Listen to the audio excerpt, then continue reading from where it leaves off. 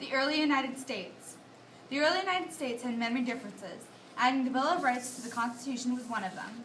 There were two political parties, the Federalists and the Democratic Republicans. They formed when the United States wanted to add the Bill of Rights to the Constitution. Federalists wanted to start new, and the Democratic Republicans wanted to stay the same.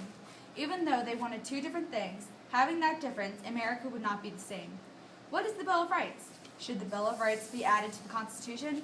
The Bill of Rights is the action of giving Americans the ability to have free rights. The Federalists decided to agree and put the Bill of Rights into the Constitution. What are tariffs? Tariffs are taxes placed on goods imported from foreign countries. Tariffs serve two main purposes. First, these taxes allow a nation to raise money. Second, tariffs protect a nation's goods from cheaper priced foreign items. After buying all of the goods, America was in debt, so they got loans from the French government. After getting loans from France, America was in a bigger debt than they were to start with. So America had to pay back France from all the money they borrowed. Growth of a factory system. As the Industrial Revolution began, the factory system was developed, increasing the ability of mass production and job availability. The factory system was a way to use machines to make products and materials that were needed by the population. Instead of taking a long time to make the necessary goods, it took less time but still increased production of the goods. Labor union. Child labor. Children as young as 10 years old were working in factories and selling newspapers. They were forced to get a job to help get money to pay off family bills. Families needed more and more, so by sending children to do adult work was the only way at the time to get more money. Labor unions.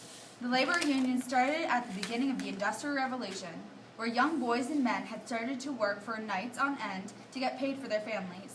This is also the time period where child labor existed. Once word got around that businesses had started up and were doing well, many people found that the way to good business is getting through new employees to make the goods more efficiently. Then once they found that new machines could help, the goods were made quicker and even more efficiently. As time went on, more and more factories were added, creating more and more jobs. Soon our country would become one of the most efficient countries in the world. Robber barons. Robber barons meant that during the Industrial Revolution, many people who owned important companies or just any company took advantage of their workers by paying them the tiniest amount possible. This affected people because it required them to get more jobs so they could help support their family, and their children had to work in dangerous conditions too, because they wouldn't have been able to support themselves. Westward expansion. The westward expansion began in the north. The people in the north decided that the land more west had better land for farming. With a quick change, sudden move of people from the north to the west, new territories or areas began to get enough population to be added as a territory. Kentucky was the first territory added in the year of 1792. Tennessee followed in 1796, then Ohio in 1803. Louisiana was added in 1812, and then 4 years later, in 1816, Indiana was added. About 1 year later, in 1817, Mississippi was officially added to the United States as a territory. The last two territories were Illinois, which was added in 1818, 1 year following Alabama was added. The year was 1819. Trails to the west. The California Trail. The California Trail was traveled by people from all over that wanted to go to California to take place in the gold rush to strike rich. People traveled to the California Trail to take part in the gold rush.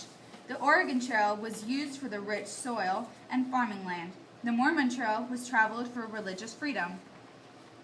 The gold rush took place in California in 1848 at Sutter's Mill.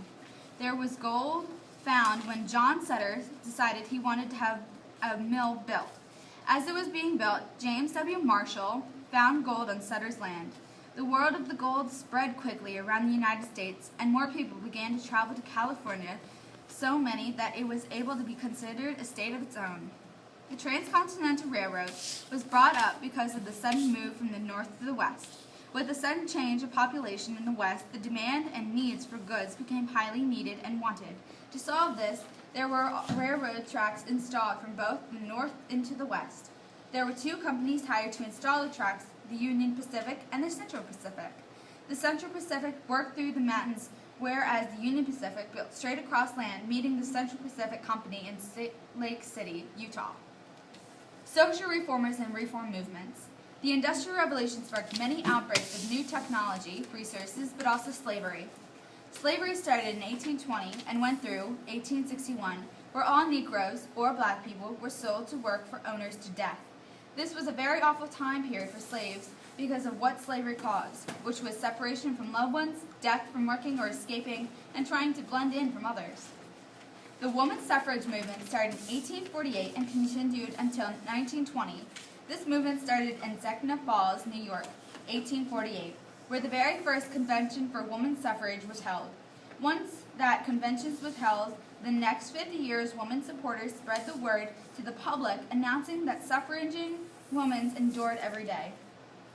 Women from all over, led by Susan B. Anthony, Elizabeth Cady Stanton, and all the pioneer women, tried very hard to get the Congress to pass a constitutional amendment to enfranchise women. Though through all their hard work, Congress and the public would not listen, and the women soon realized that to get people to listen, they needed to win the right to vote. Because of this, the women's suffrage movement became a mass movement.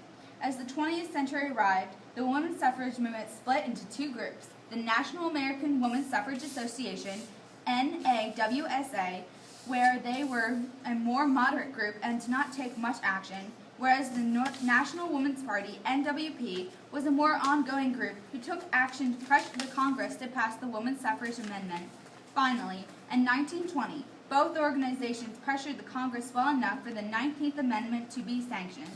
This amendment became one of the most important achievements in the woman era. Due to its political justice and democratic processes, this amendment was fought for peacefully. Civil War and Reconstruction. Political divisions between the North and South. The reason the North and the South went to war was because the South felt they did not get a say in the government. So, when the South wanted to secede, the North would not allow them. So, they went to war with the North.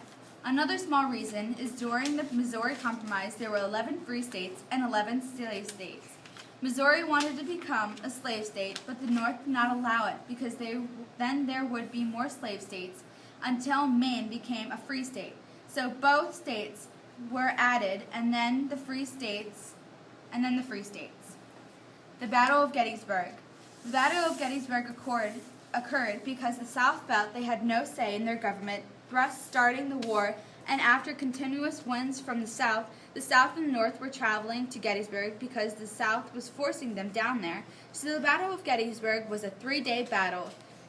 The first day, the South won, and that continues through the second day. But the third day, the South charged up to Little Round Top. However, the Little Round Top was an area where you see everything because it was on higher ground.